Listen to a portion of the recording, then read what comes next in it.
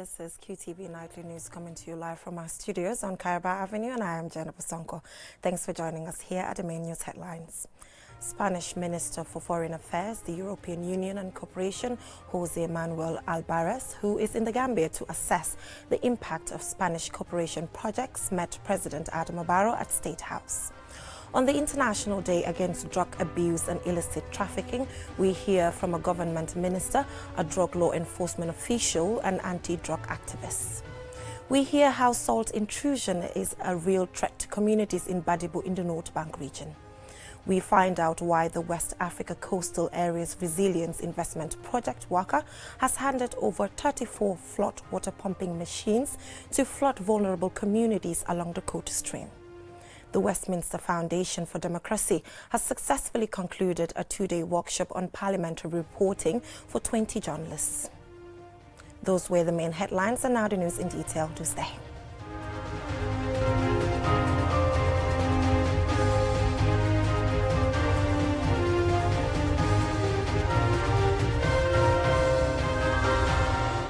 Thank you for staying with us. This is QTV News and I am Jenna Bosonko.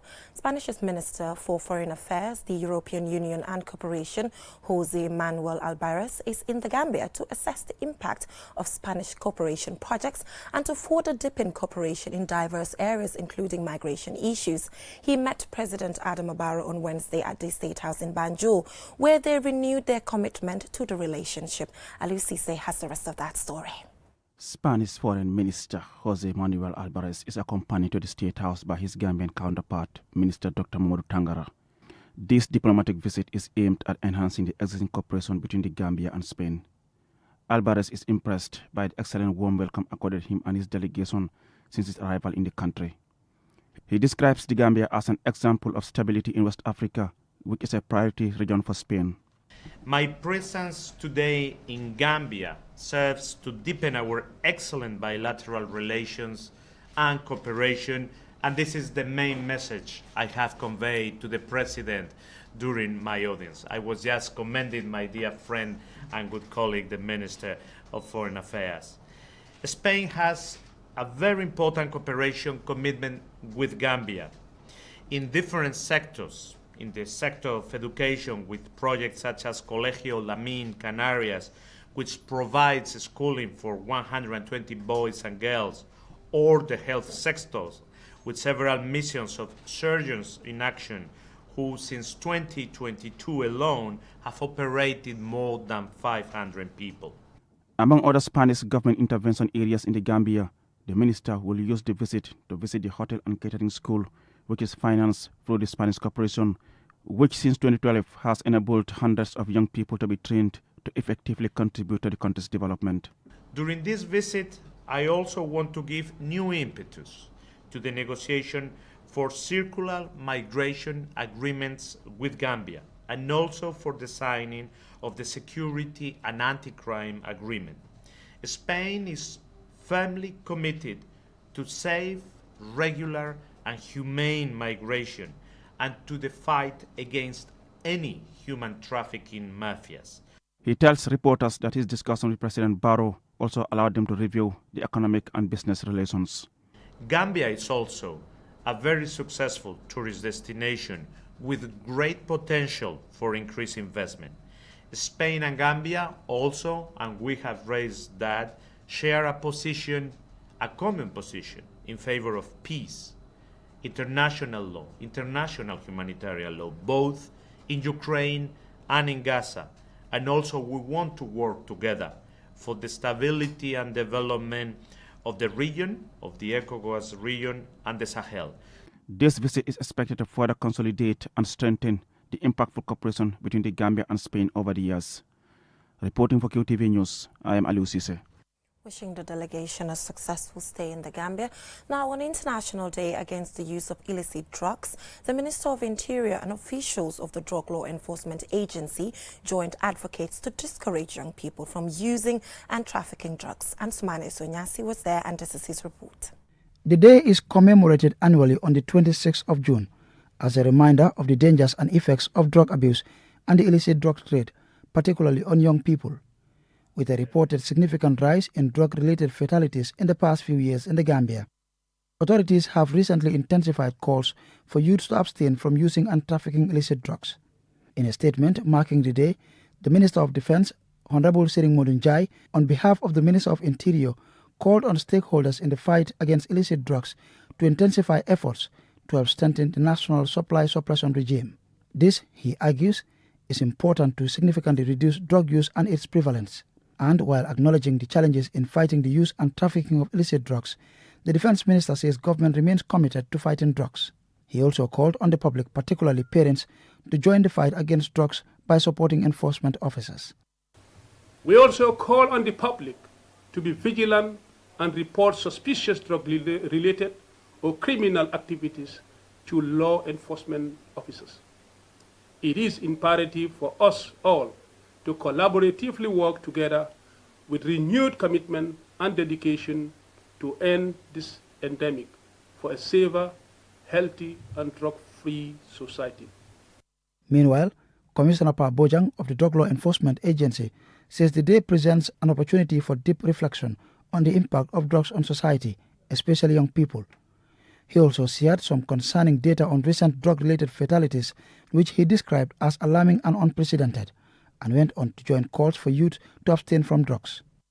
According by statistics developed by the task force, which I am heading, the worst part of it is this week, having registered 7 related deaths, 7 within 7 days, is alarming. And when you look at the patient visiting health facilities, is on the increase. And I last have an interview with the media. I told them that yes, arrest is reducing, but medical attention is on increase. It's a signal that somebody somewhere is harboring these people dealing with these drugs. Yaya Makalo, a teacher who pioneered the establishment of drug-free clubs in schools across the country, after losing a friend to drugs, says the recent reports of drug-related deaths call for urgent action. While he favors a non-compromising approach to enforcement, he calls for more awareness creation.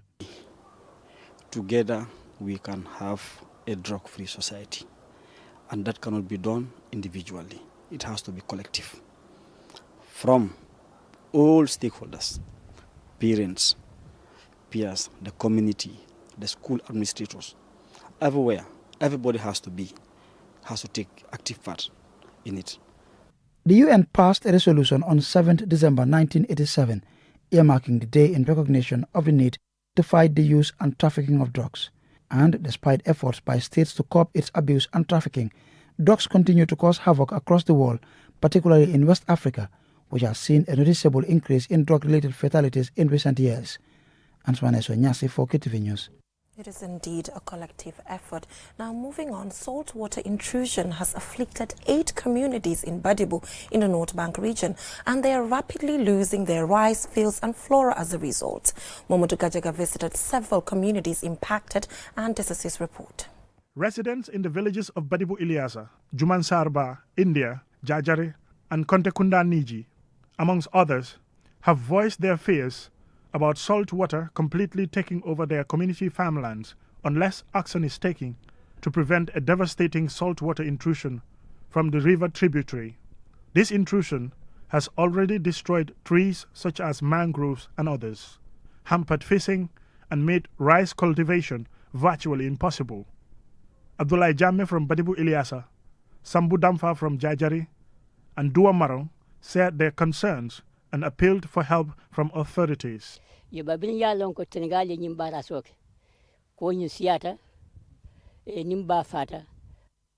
Since Senegal did a barrier to their side of the river tributary, saltwater intrusion began destroying plants locally called jungo and jamalo and fields.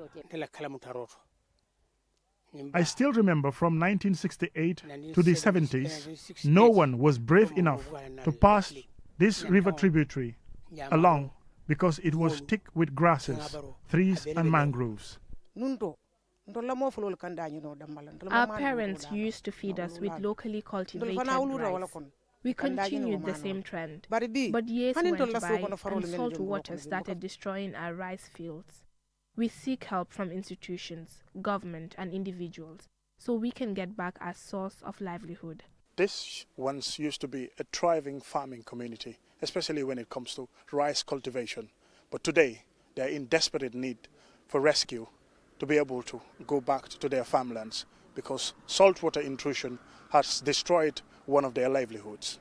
6 years ago, I joined Mama Tamba Jame, a conservationist and farmer, on mangrove restorations and growing other trees.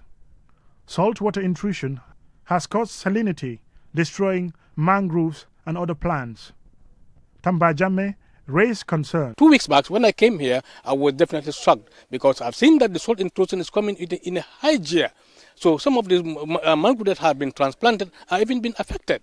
Yusufa Jame, a youth from the community now living in the diaspora and here on a visit, says livelihoods are at stake and appealed for support before it gets worse by affecting drinking water for decades to come. Today, when we went deep into the wetlands, to hear them say how the place used to be and how it is now, and how it is affecting them, how it's affecting the youths, and the fear of it might intrude into their drinking water is quite scary for them.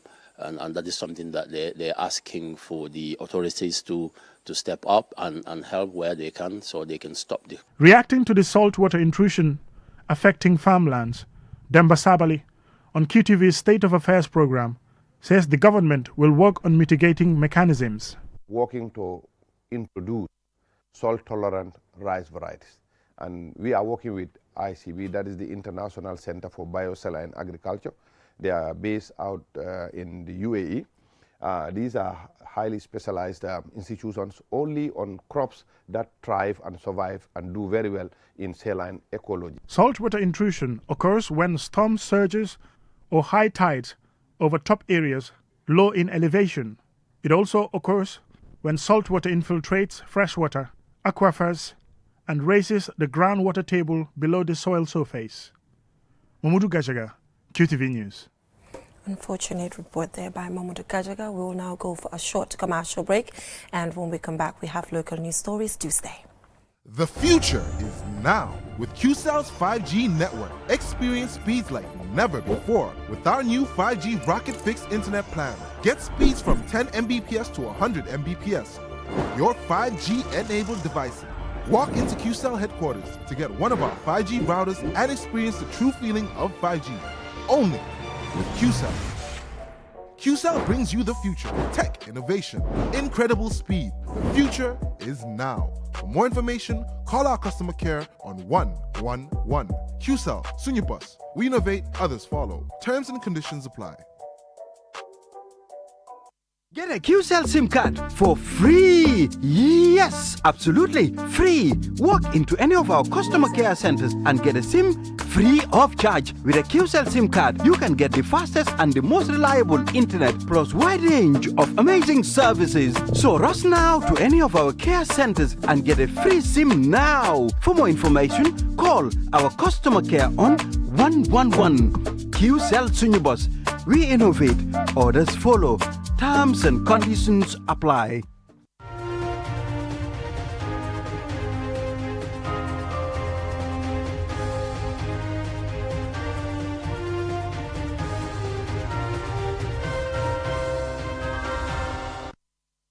Welcome back from that short commercial break. If you're just tuning in, you're watching QTV News, and I am Jaina Bosonko.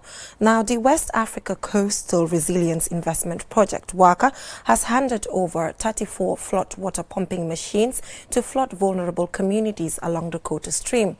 As QTV's Momodu Lamin Choi reports, the support is meant to reduce the risk and impact of flooding on the residencies of the beneficiaries. Flood disasters can be devastating for people living in vulnerable parts of the country. Communities along the Kota stream have been identified as a flood disaster hotspot. With support from the World Bank in May last year, the West Africa Climate Adaptation Project was launched to strengthen resilience to flood risks and improve accessibility to the Kota stream area. A year since the implementation of the project, pumping machines worth over $4.3 million are being presented to flood vulnerable communities along the stream. Masane Landing Sise and Yankobo Dabo are WACA Project's monitoring and evaluation officer and the chairman of the Birkama Area Council, respectively. The pumping machines we're delivering today come in varying sizes.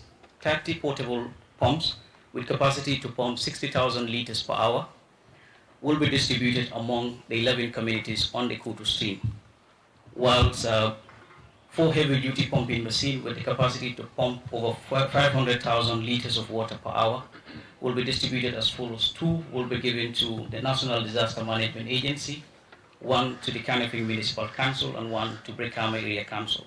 We assure you all that we, the beneficiaries and the recipients of these pumping machines, would do everything within our powers to ensure that they are put to proper use and properly maintained as well for future use. On behalf of the communities that are benefiting from this, I once again thank WACA, the Ministry, and the World Bank for this assistance. The Kodu stream covers a land area of 1,881 hectares and stretches 11.2 kilometers from the West Coast region settlement of Nemakonko to Kodu on the Atlantic Ocean. Sana Dahaba, the executive director of the National Disaster Management Agency, stresses the significance of the pumping machines in disaster risk reduction and management. So these machines that the WACA project brought here, I think it will go a long way in addressing resilience as well as reducing risk and vulnerability to disaster victims in this country. The Kodu stream is a major point for floods in the Greater Banjul area. A successful implementation of the WACA project could help restore, prevent and mitigate flooding in communities near the stream and beyond. Ibrahima Jawara, the Permanent Secretary of the Minister of Environment, speaks on behalf of the Environment Minister. These machines are meant to bring relief to communities. Therefore, operators of the machines must take extra precautions to ensure that when water is pumped out of homes and communities, it is emptied into waterways to avoid inundating other places. To facilitate this, the project has recently been clearing all major drains linked to the stream. The WACA project is being implemented in 8 other African countries. In the Gambia, it is designed to run for 5 years, during which the project plans to build bridges and culverts across the stream to ease accessibility, construct drainage systems, and develop nature-based solutions to the impact of climate change. Mahmoud Lamin, Choy QTV News. The Westminster Foundation for Democracy has successfully concluded a 2-day workshop on parliamentary reporting for 20 journalists, equipping them with the essential knowledge to effectively cover parliamentary proceedings. Lena Igwenyebe has the rest of that story. The Westminster Foundation for Democracy WFD's workshop guided journalists through various presentations and focus group discussions on digital literacy, ethical reporting, and parliamentary operations and proceedings, among other topics. Modusar, editor of the Daily Gambian, and Esaba, a reporter at West Coast Radio, highlighted the importance of the training and its anticipated impact on their parliamentary reporting. It's very important when you are reporting in Parliament. It's very important to get the facts right, because you cannot go there. You bring the wrong information to the public. So it's very important for those people. Because the trainers are all up to the task. They train also most of these things. How to get correct information, accurate information. So I think this training is going to benefit us a lot. It is important that we undergo such trainings where we would learn parliamentary proceedings, parliamentary terms, and everything about the parliament, to be able to communicate better to the people, break down the news to the people on things being or decisions being made in parliament. So this training is very, very key. Honestly, it is essential, and it will greatly enhance my knowledge in reporting on parliamentary matters. Pamodu Fall, a media practitioner, explained that this is exactly the training current and upcoming journalists need to hone their reporting skills and ethics. This kind of trainings are what young people who are aspiring to be good journalists really require, and it will help them, prepare them in the field better, And what it will also do is it's going to improve on their capacity, because there is a lot of ethics that is going on here, training about ethics. Of course, you cannot talk about the media now without focusing on digital reporting. Since yesterday, I've been attending myself, and I think most of the things that have been shared and discussed here is going to go a long way in helping young and aspiring journalists to become very professional in the way they report, in the way they do news gathering, fact-checking at the same time. Tabusar, country director of WFD, expressed enthusiasm about the training. Based on feedback from participants and facilitators, she believes the goals of the training have been achieved. It's good that the training has come to an end, and I think from the reactions of the participants, the objective has been achieved. They have highlighted that at least when they go back to Parliament, there will be a different approach in their reporting. And I'm quite happy that at least the objective of the training has been achieved. For over 30 years, the Westminster Foundation for Democracy, WFD, has actively worked to strengthen democracies, fostering freedom and prosperity. As part of this mission, this training aims to raise public awareness about the National Assembly's work, build stronger relationships with the media, and enhance the parliamentary reporting capacities of journalists. Reporting for QTV News, I am Lena Igwanyiba. As the Gambia commemorated AU Day, 104 scouts took the solemn Scouts Oath at an investiture ceremony in a colorful atmosphere at SL Lower Basic School in the presence of parents and friends. Dawn Williams witnessed it, and this is his report. An investiture is a ceremony where recruits to the movement make their scout promise, are welcome to corps, and become a member of the park, troop, and the World Brotherhood of Scouts. In attendance at this packed event were parents, the Chief Scout Commissioner Amadou Daffy, the Deputy Scout Commissioner Ibrahim Sanyang, West Coast and North Bank Regional Commissioners, and other invited guests. Amadou Daffy, the Chief Scout Commissioner, after acknowledging the presence of the parents and trainers, welcomed the recruits and emphasized how the association keeps growing.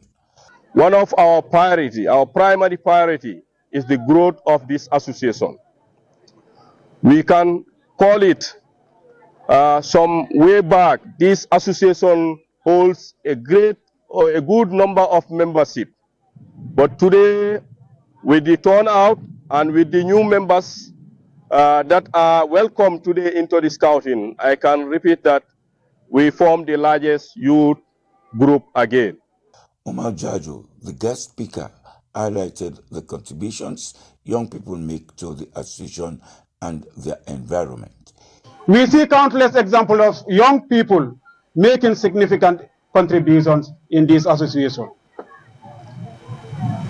In SL, our very own Kebambai and Mr. Sow and their team, who led community projects to create awareness about the environment. These projects not only beautified our neighborhoods, but also educated many on the importance of taking care of our environment. These young people didn't wait for someone else to take the initiative. They saw a need and took action, demonstrating that leadership and responsibility are not bound by age.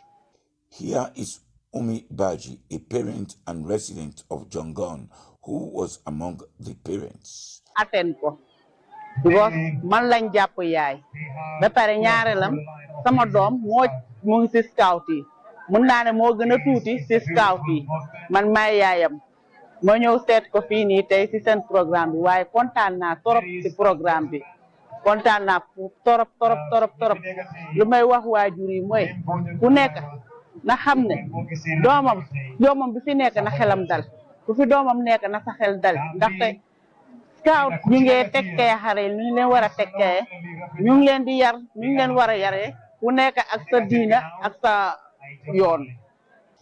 There was a spectacular and impressive display of marching drills, displayed by the Scouts. Congratulations to the new recruits.